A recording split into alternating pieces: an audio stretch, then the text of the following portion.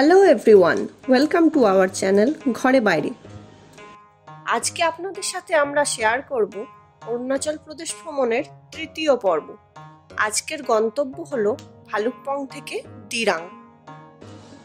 সকালের ব্রেকফাস্ট করে আমরা বেরিয়ে পড়লাম দিরাংয়ের উদ্দেশ্যে। ভালুকপং থেকে দিরাংয়ের দূরত্ব প্রায় 135 কিলোমিটার। পথে আমরা কিছু সাইট সিইং করে নেব।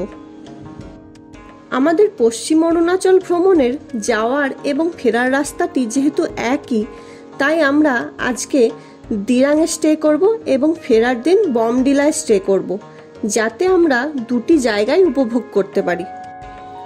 আমরা প্রথমেই চলে এলাম ভালুকপংয়ের বিখ্যাত টিপ্পি অর্কিড গার্ডেন বা অর্কিড রিসার্চ সেন্টারে।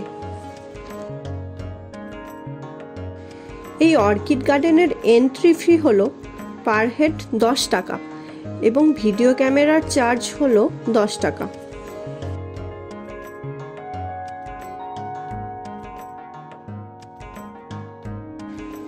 এই অর্কিড গার্ডেনটি ওয়েস্ট কামেং নদীর ধারে অবস্থিত। এখানে প্রায় 600-রও বেশি বিভিন্ন প্রজাতির অর্কিড গাছ আছে।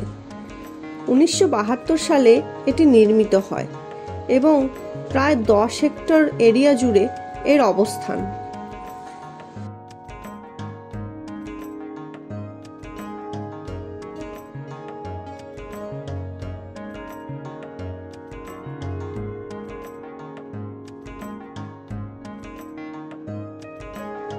আমরা প্রবেশ করছি অর্কিডোরিয়ামে।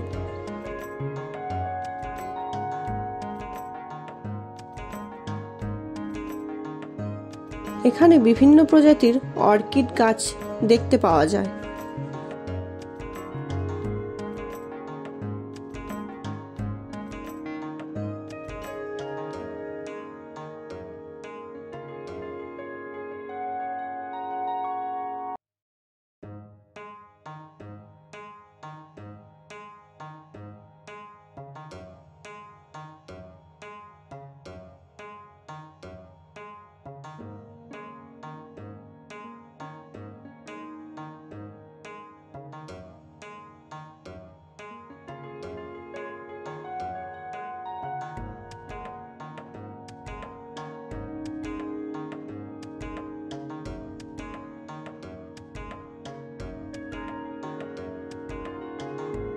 এই অর্কিড গার্ডেনটি সোম থেকে শনি সকাল 8টা থেকে বিকেল 4টে পর্যন্ত খোলা থাকে এবং রবিবার বন্ধ থাকে।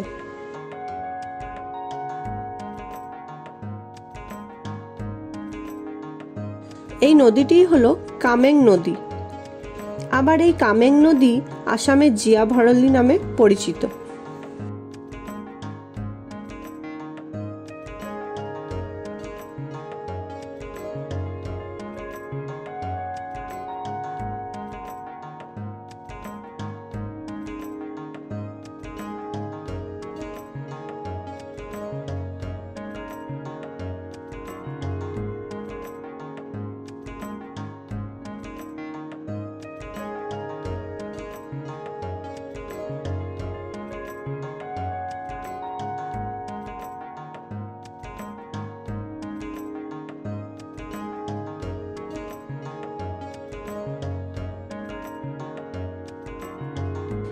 মার্চ থেকে মে মাস হলো অর্কিডের আদর্শ সময়, কিন্তু বছরের অন্যান্য সময়েও স্বল্প পরিমাণে অর্কিড দেখতে পাওয়া যায়।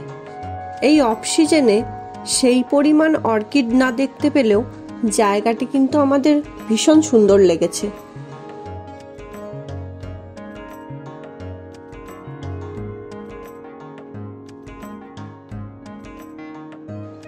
টিপ্পি অর্কিড গার্ডেন দেখে আমরা আবার রওনা দিলাম।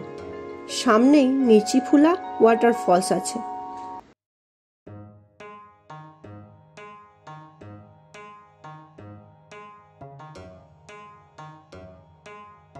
পৌঁছালাম নিচিফুলা ওয়াটারফলসের কাছে।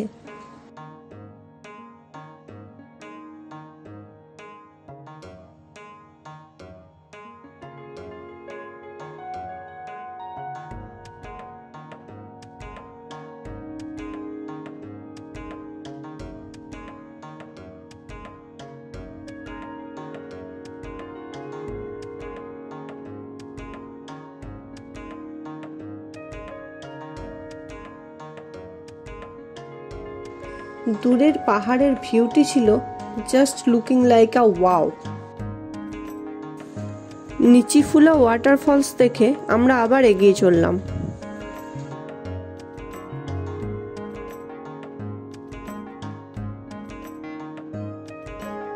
আমরা এখন পৌঁছেছি নিচিফু টানেলের সামনে।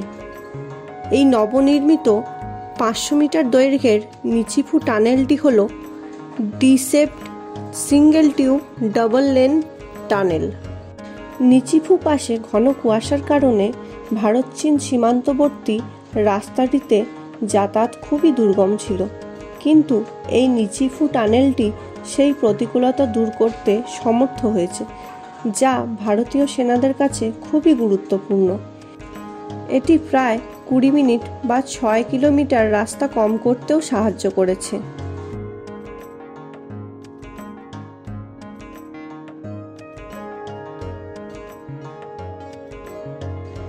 আমরা নিচিফু টানেল থেকে বেরিয়ে এগিয়ে চলেছি।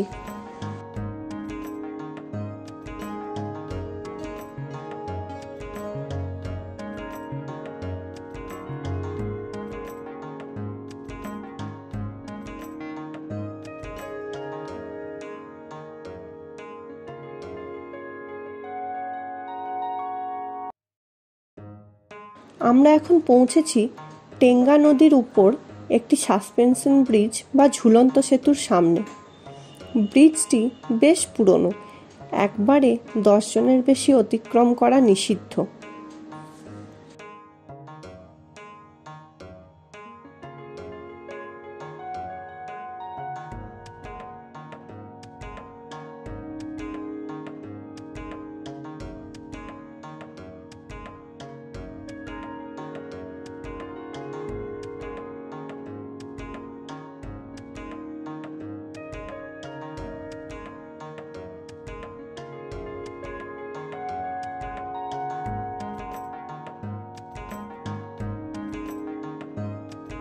এই জায়গাটিও বেশ সুন্দর ছিল।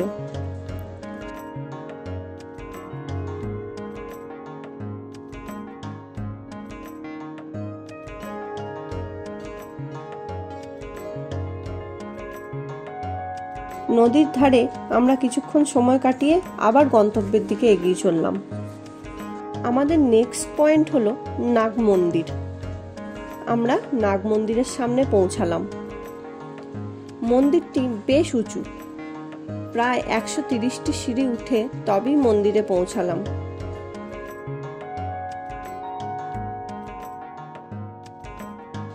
উপর থেকে চারিদিকের দৃশ্যটি ছিল just looking like a wow.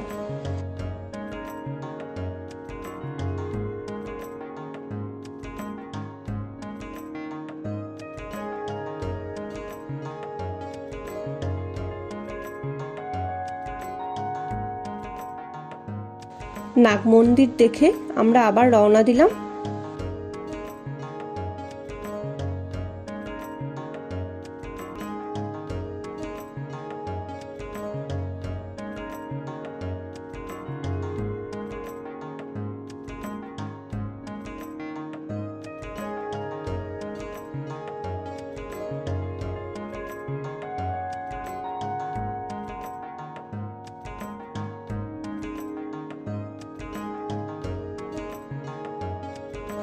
আমরা এখন বমডিলা অতিক্রম করে চলেছি।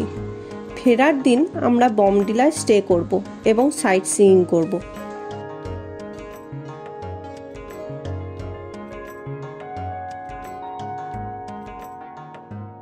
দিন প্রায় শেষ, সন্ধে হতে চলল।